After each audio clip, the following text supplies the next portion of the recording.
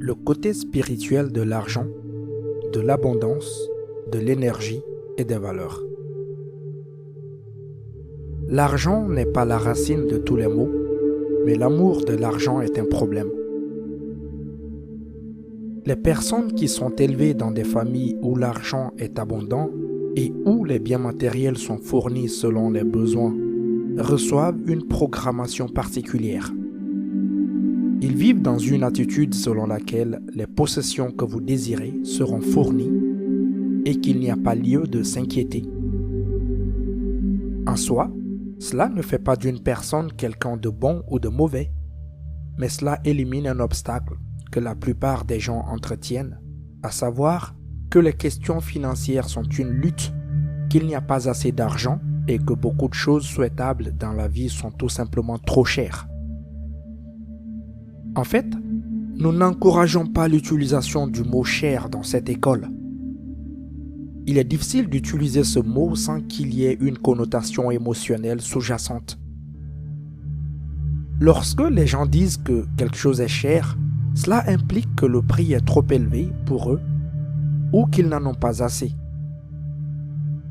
Si le mot est dit avec une certaine charge émotionnelle, on a l'impression que l'on nous prive de quelque chose de bien, simplement parce que nous n'avons pas assez d'argent, ce qui, franchement, est rarement exact. Considérez plutôt l'effort requis pour générer l'argent nécessaire à l'achat et décidez ensuite si c'est un bon investissement de votre énergie. Le concept d'argent est très utile. Les personnes spirituelles peuvent être très en colère à propos de l'argent. Certains ont appris que l'argent est la racine de tous les maux. Il s'agit tout simplement d'une déclaration réactive résultant d'un manque de compréhension. L'argent est apparu pour faciliter le commerce. Il a été développé comme un moyen de faciliter le troc. À un moment donné dans le passé, le moyen d'obtenir ce dont vous aviez besoin était d'apporter quelque chose de votre cru que les autres voulaient et de leur offrir ce que vous aviez en échange de ce que vous vouliez.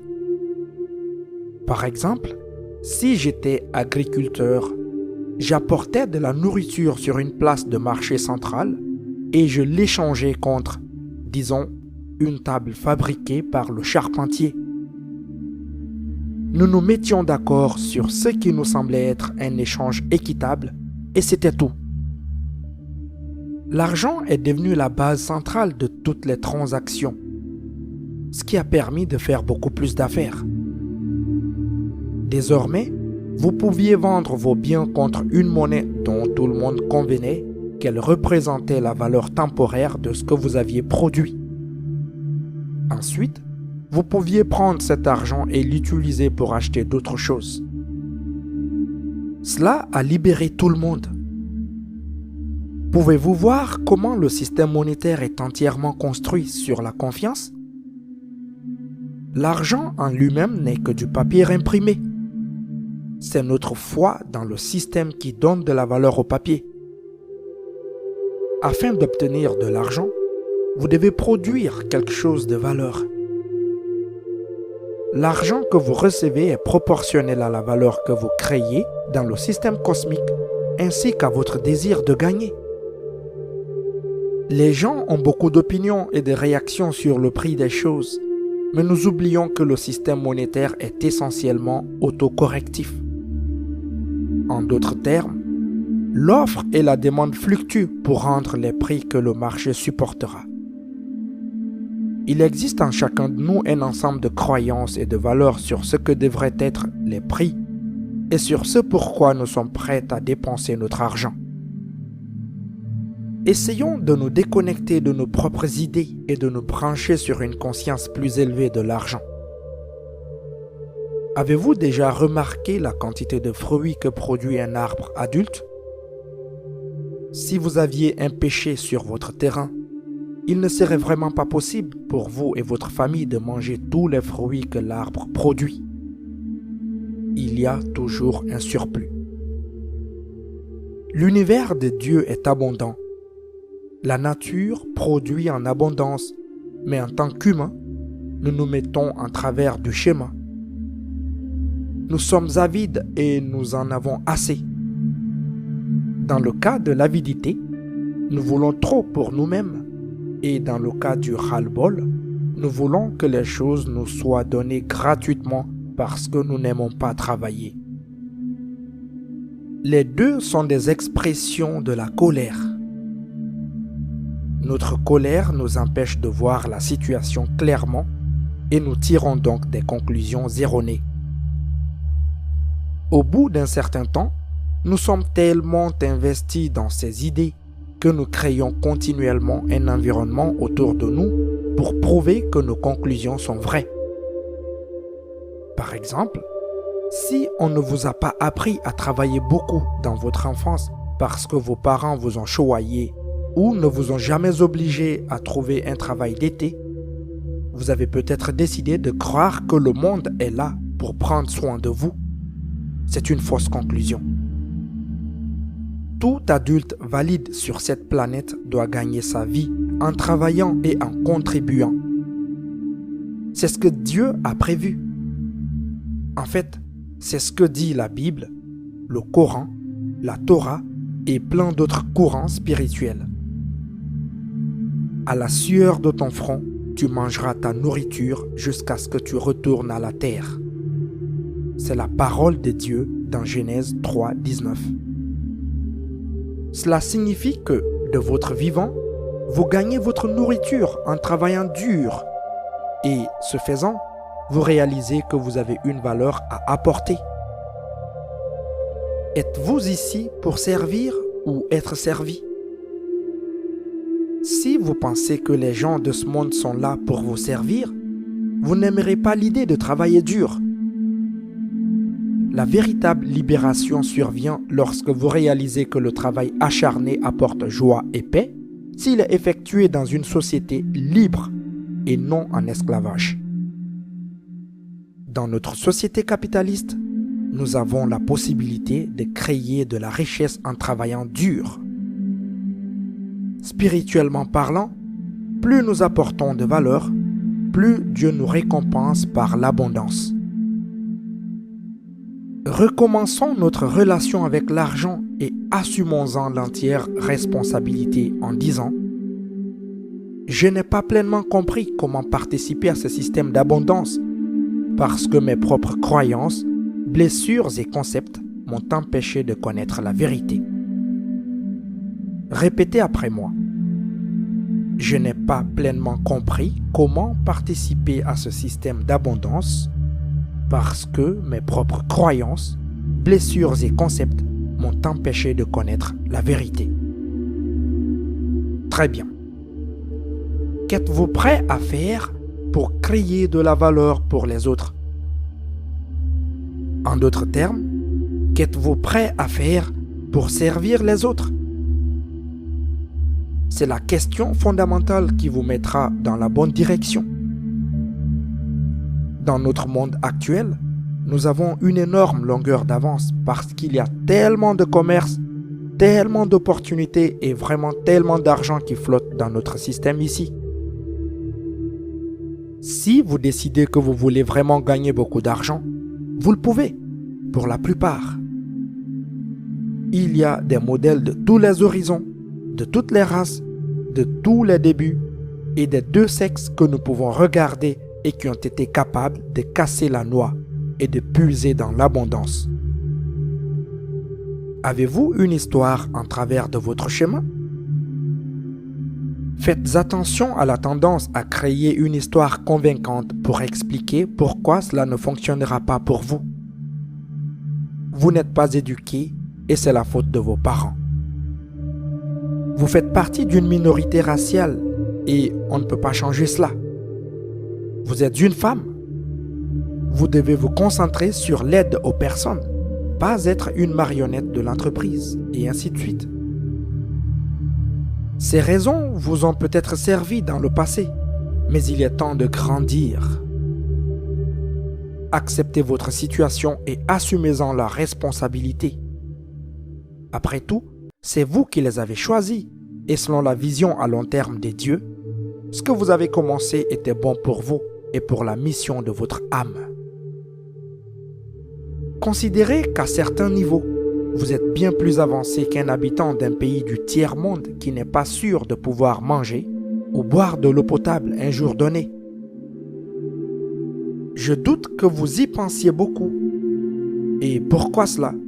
Parce que vous savez où se trouve la nourriture et que vous avez de l'argent pour l'acheter, au moins l'essentiel.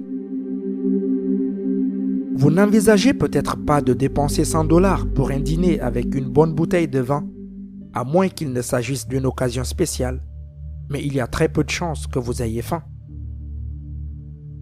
Cela signifie simplement que vous reconnaissez qu'à un certain niveau, tout se résume à un choix.